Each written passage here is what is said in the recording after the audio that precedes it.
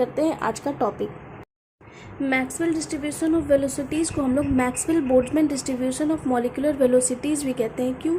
क्योंकि मैक्सवेल ने बोल्ट्जमैन का प्रोबेबिलिटी वाला जो थ्योरी है उसका यूज करके एक फार्मूला डिराइव किया था, जिससे हम लोग मैक्सवेल डिस्ट्रीब्यूशन ऑफ वेलोसिटीज़ यानी कि डिफरेंट टाइप का जो वेलोसिटीज़ है गैसेस मॉलिक्यूल का वो निकाल सकते हैं। ठीक है, तो यहाँ पे लिखा गया molecules of a gas are moving continuously in different directions with different velocities, hence they keep on colliding with one another.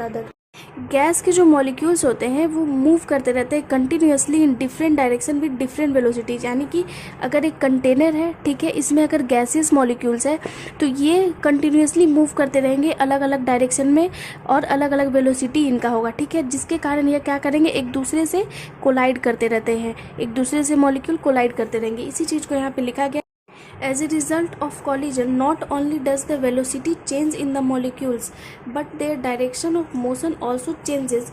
Hence, their kinetic energy and motions are redistributed. यानी कि कह रहा है कि जब collision करेगा molecules आपस में तो सिर्फ इनका velocity change नहीं होगा. Not only does the velocity change in the molecules, but their direction of motion also changes. क्योंकि टकराने के बाद इनका जो motion होगा, गति होगा, इसमें भी changes आएगा, जिसके कारण kinetic energy क्या होता है, हाफ mv²। तो वेलोसिटी चेंज होगा तो हमारा ये पूरा काइनेटिक एनर्जी हाफ mv² भी चेंज होगा और मोशन जो होगा रीडिस्ट्रीब्यूटेड होगा। ठीक है, तो on the basis of the laws of probability J C Maxwell explain that different values of velocity from 0 to infinite are possible.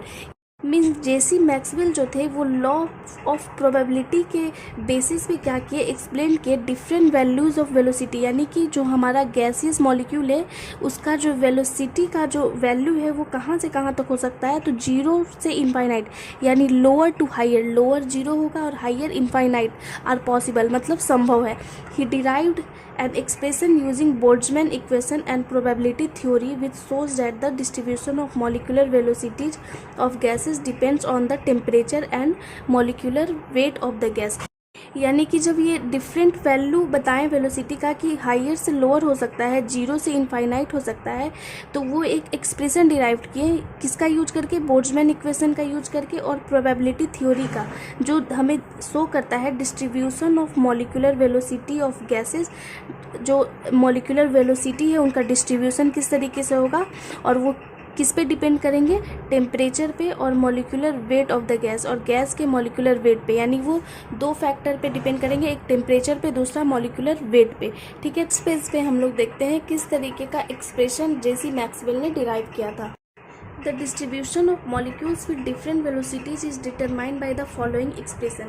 जो मॉलिक्यूल का डिस्ट्रीब्यूशन हो रहा है डिफरेंट वेलोसिटीज़ के कारण, उसके कारण जो एक्सप्रेशन डिराइव हुआ जेसी मैक्सवेल के द्वारा वो है dnc/dn is equal to 4π m/2πRT 3/2 e⁻mc²/2RT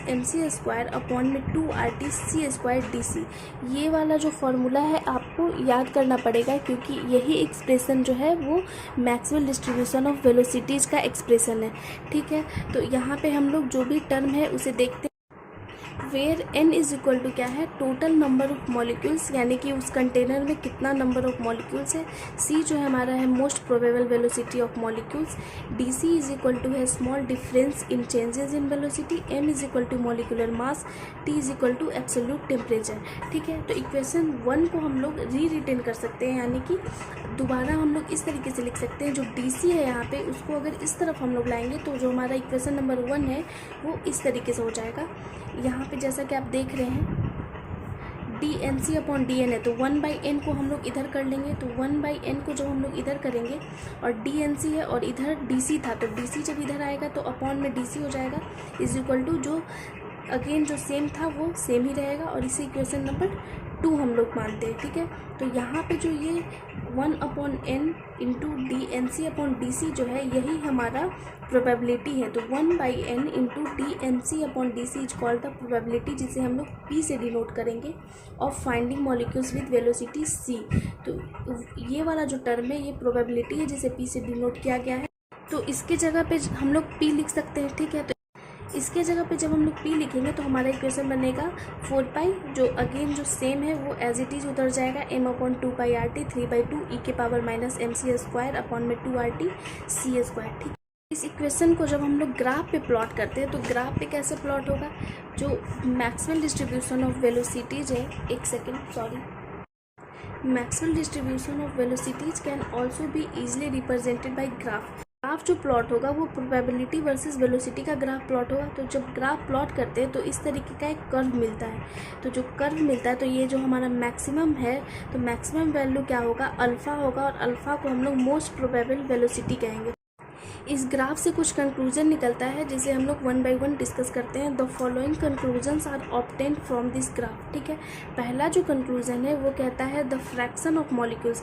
fraction of molecules को हम लोग प्रोबेबिलिटी के नाम से भी जानते हैं। ठीक है, तो यहाँ पे कंफ्यूज नहीं होना है। Fraction of molecules is known as probability. तो the fraction of molecules with very low और very high speed is very लो।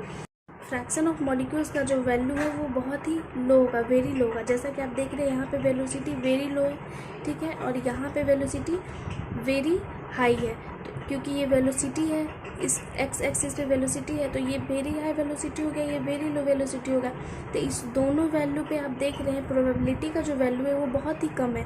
तो इसी चीज़ को यहाँ पे दिखाया गया है, the fraction of molecules with very low और very high speed is very लो।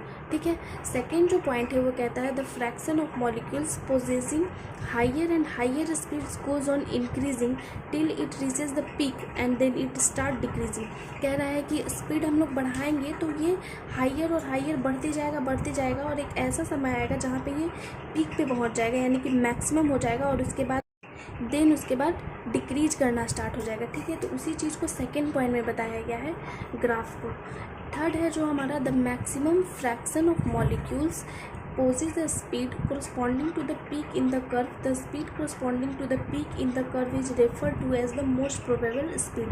यानी कि कह रहा है जो मैक्सिमम फ्रैक्शन ऑफ मॉलिक्यूल्स का जो वैल्यू है, ये जो मैक्सिमम है हमारा यहाँ पे, जैसा कि आप देख रहे हैं डॉटेड लाइन से दिखाया गया है।